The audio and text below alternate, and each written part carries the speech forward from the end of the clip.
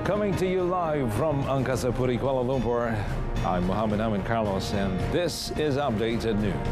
Well, making the headlines today, urging Parliament dissolution, UMNO wants general election by year-end. And Malaysia's air safety rating restored to Category 1.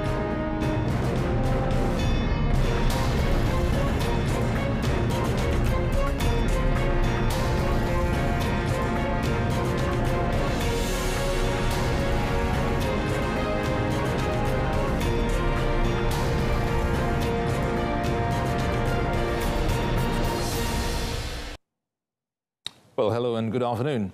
The UMNO Supreme Council wants Parliament to be dissolved in the near future to enable the 15th general election, or GE15, to be held within this year.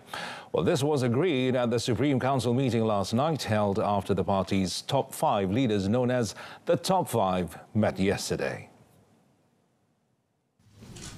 Berdasarkan keputusan ini, Yang Amat Berhormat Perdana Menteri akan mempersembahkan cadangan tarikh pembubaran kepada Kebawah Duli Yang Maha Mulia Seri Paduka Baginda Yang di-Pertuan Agong selaras dengan perkara 40 dalam kurungan 1 Perlembagaan Persekutuan.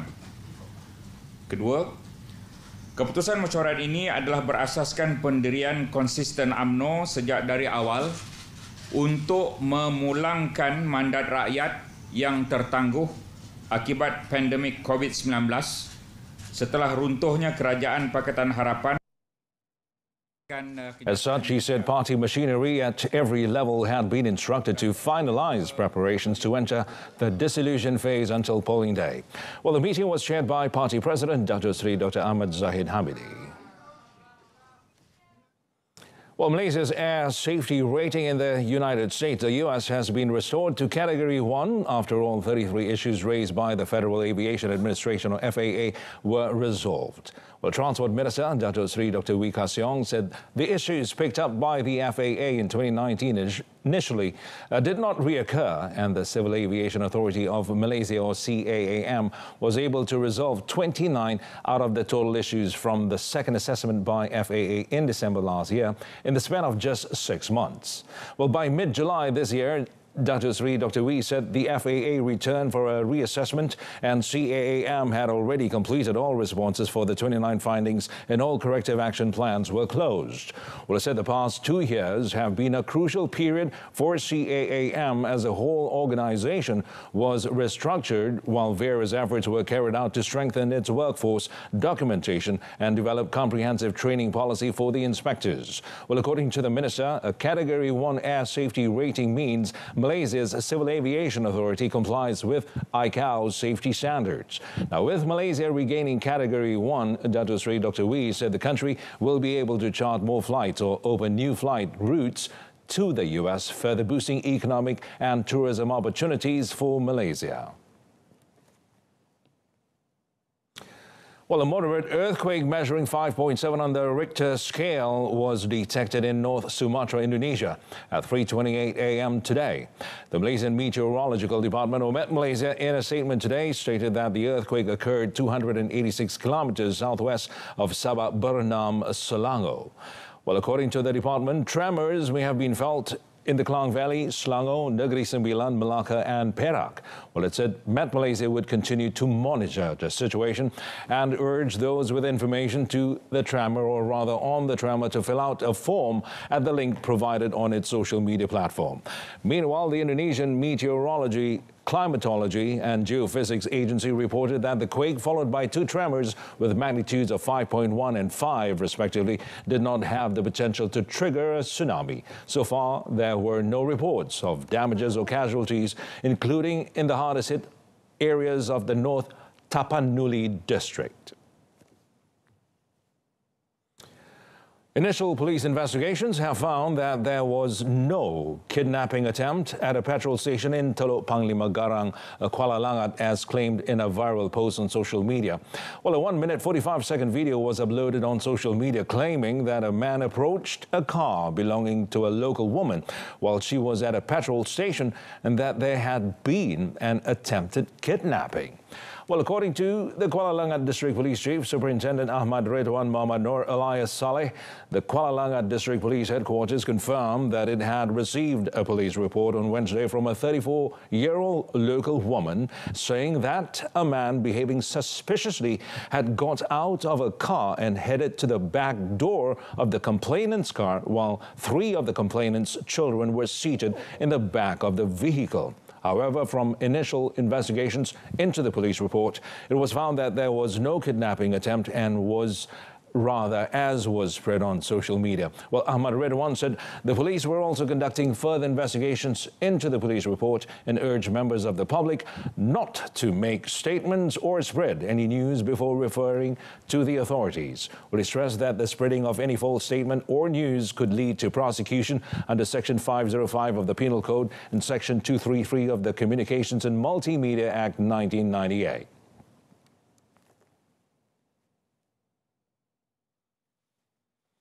Well, meanwhile, in Semasa, Selangor, the State Fire and Rescue Department, or JBPM, captured a panther in the front porch of a house in Taman Pelangi, Semasa.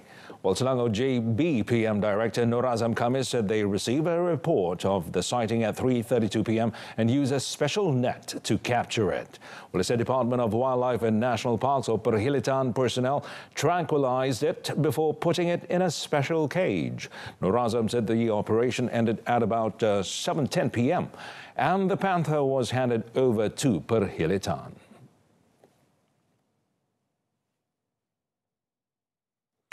Women empowerment and achieving gender equality help social or society ensure the sustainable development of a country.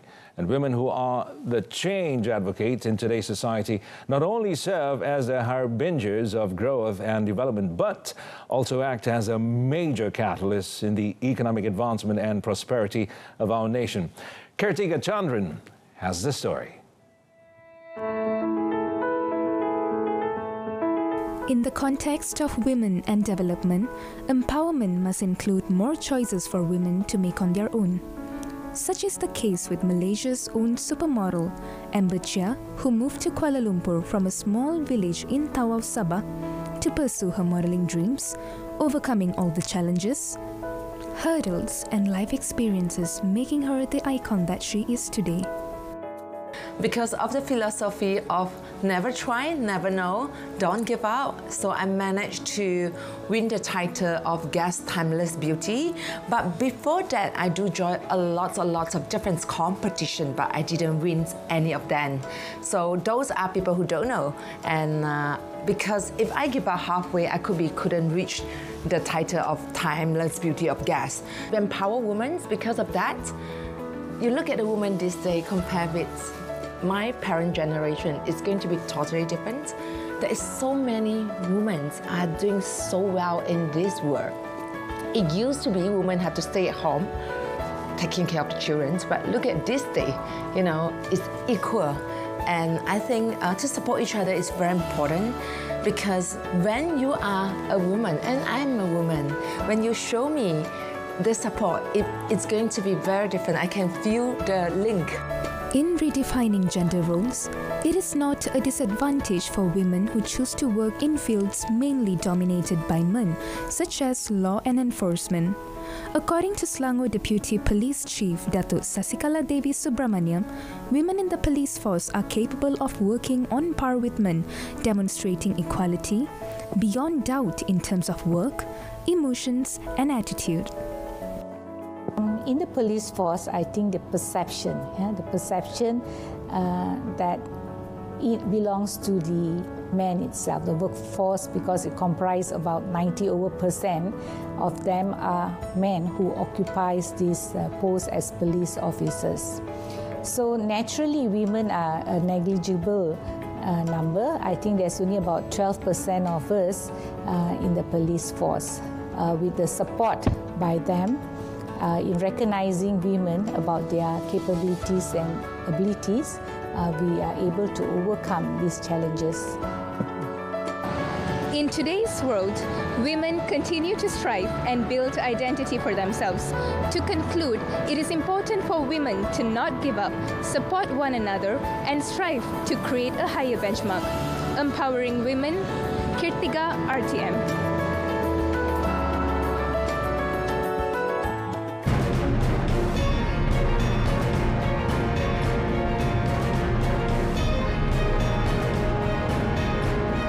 Still to come, Russia declares annexation of Ukraine regions.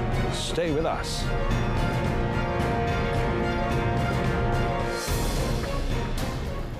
Well, on to the foreign news. Well, Russian President Vladimir Putin on Friday presided over a ceremony to annex 4 Ukrainian regions partly occupied by his forces, escalating his 7-month war and taking it into an unpredictable new phase.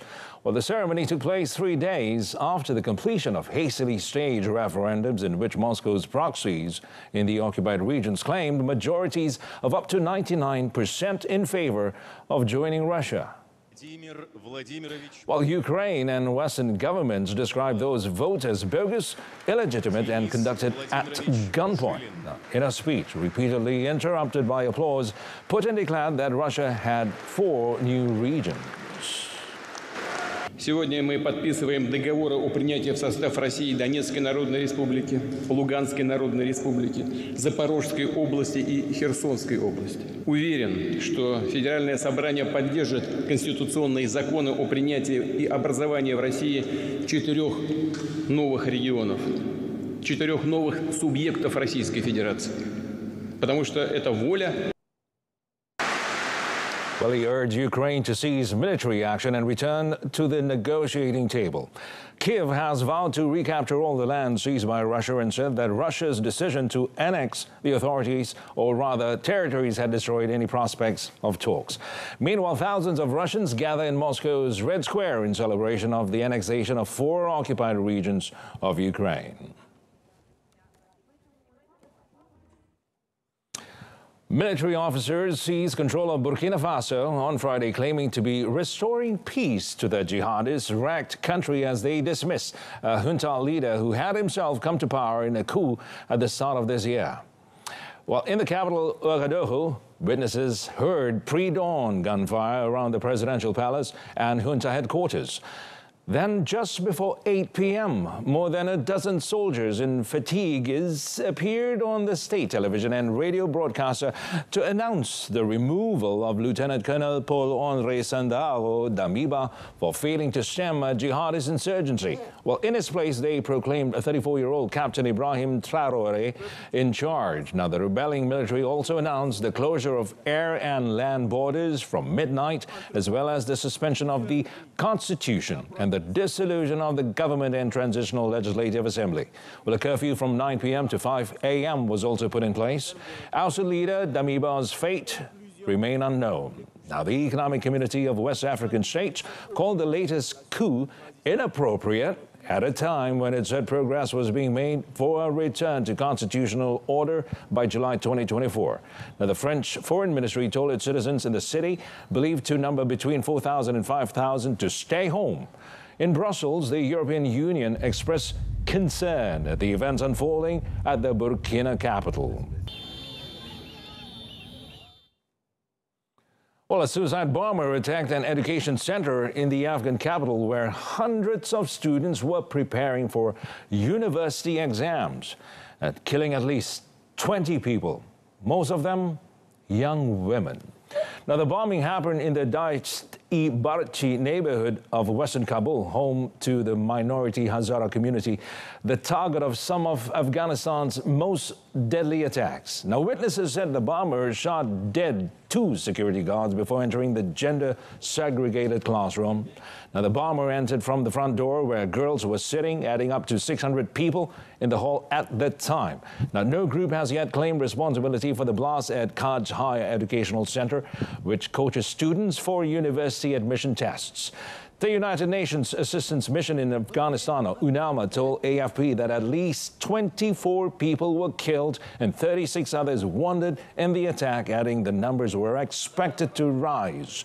Italian NGO Emergency, which operates a hospital in Kabul, said it had received 22 patients, including 20 women, 2 of whom had died.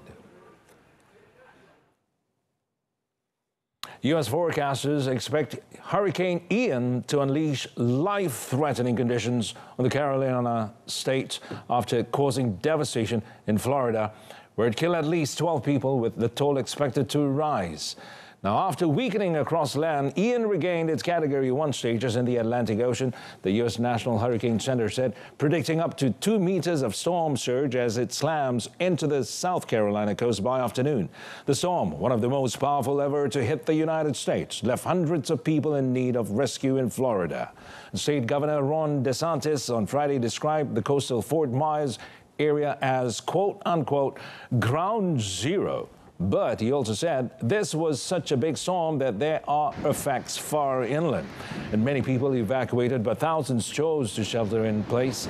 DeSantis said Florida officials had so far contacted 20,000 people who chose to stay, and at least 12 people have been confirmed dead, according to local officials, the majority of them in Charlotte County. DeSantis has warned that it was too early to give a death toll and that concrete information about casualty numbers could be expected over several days. The NHC has issued a hurricane warning for South Carolina's entire coast, as well as portions of Georgia and North Carolina.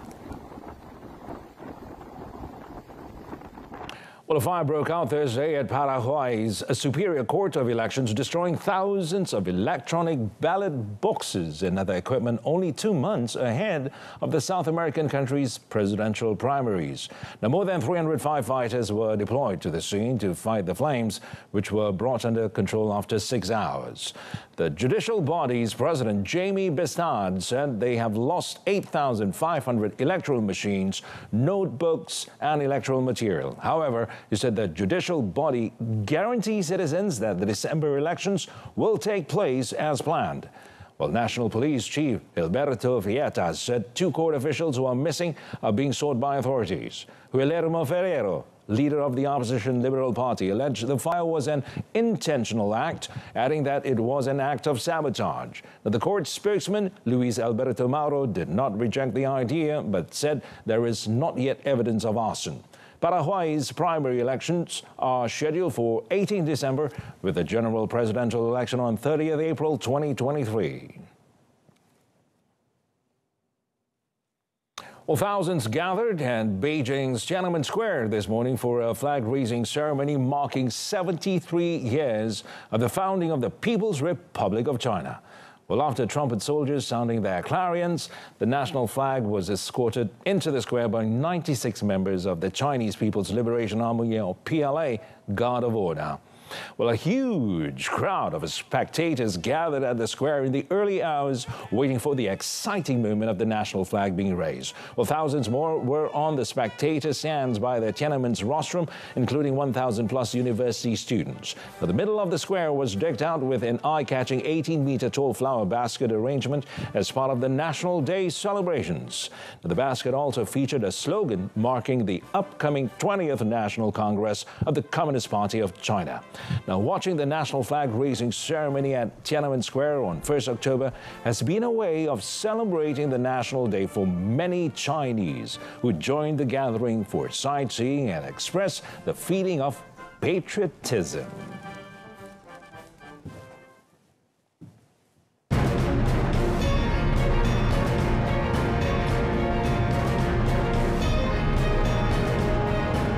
JDT2 claimed first Premier League title.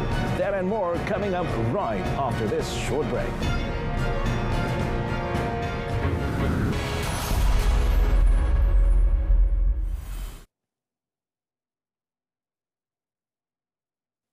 Well, time for sports. And Johor Darul Takzim 2, or JDT2, have won the Premier League after beating Selangor FC 1-0 at UITM Stadium, Shah Alam last night. Well, this is also the first time the Southern Tigers feeder club clinched the Premier League title in their history.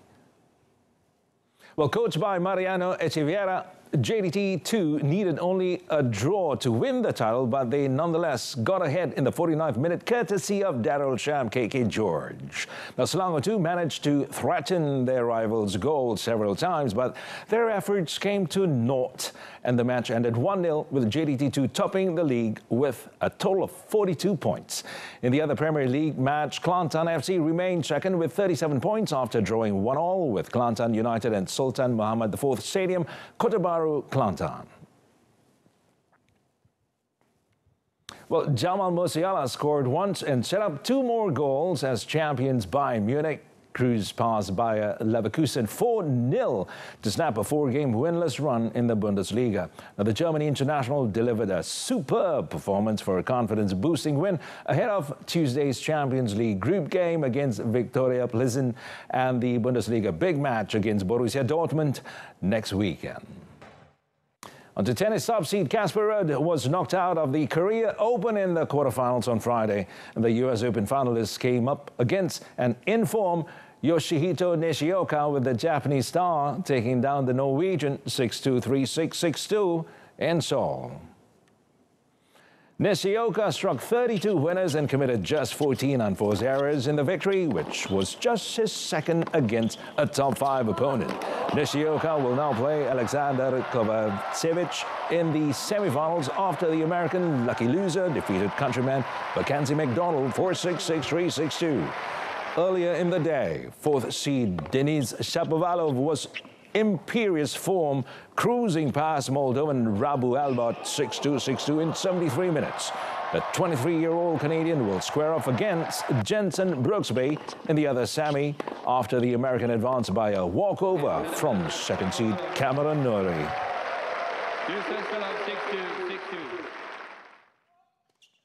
Meanwhile, Serbia's Novak Djokovic saw off Canadian Vasil Pospisil in straight sets in their Tel Aviv Open quarterfinal encounter on Friday.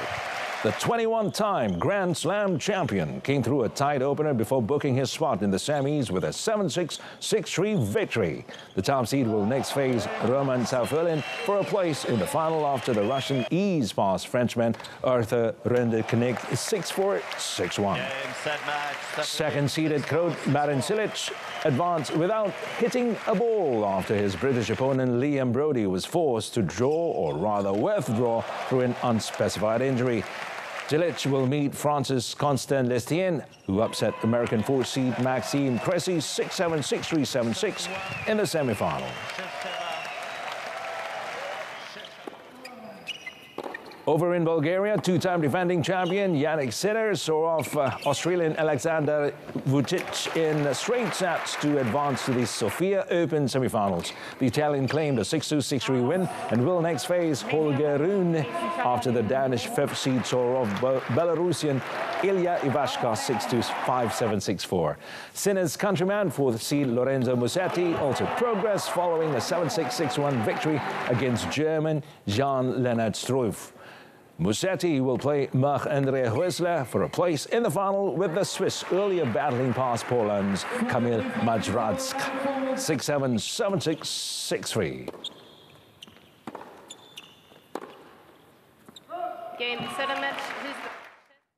On to motorsport, Spaniard Carlos Sainz led teammate Charles Leclerc in a Ferrari 1-2 at the end of yesterday's Formula One practice for the Singapore Grand Prix. Well, the 28-year-old lapped the 5-kilometer Marina Bay track in 1 minute, 42.587 seconds to end the day 0.208 seconds quicker than Leclerc. Well, George Russell continued to show promise for Mercedes after teammate Lewis Hamilton went quickest in Friday's opening session with the third fastest time, 0.324 seconds adrift.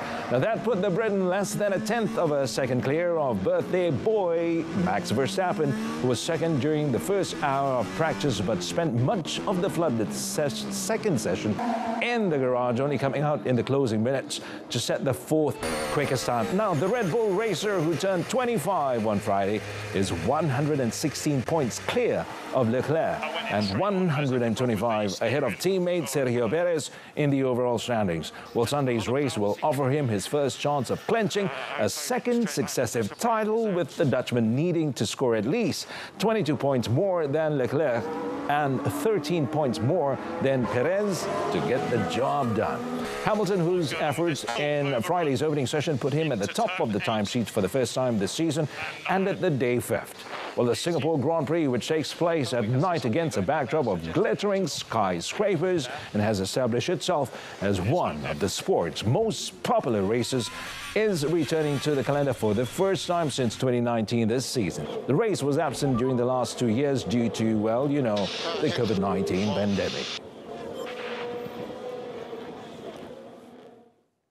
Rally New Zealand has its fifth different leader after Elfyn Evans crashed his Toyota into an embankment on a bruising start to day 3 of the event. Now, Evans and Gus Greensmith were victims of slippery conditions in Special Stage 9 and Special Stage 10, respectively, each crashing heavily. I'm back seated, and that ends updates at noon. And wrapping up with a reminder of our top story, urging Parliament dissolution. UMNO wants general election by year-end. We'll tune into News at 10, coming up at 10 p.m. on Saluran Berita RTM. Till then, I'm Muhammad Amin Carlos, and stay tuned to TV2. And have a nice weekend.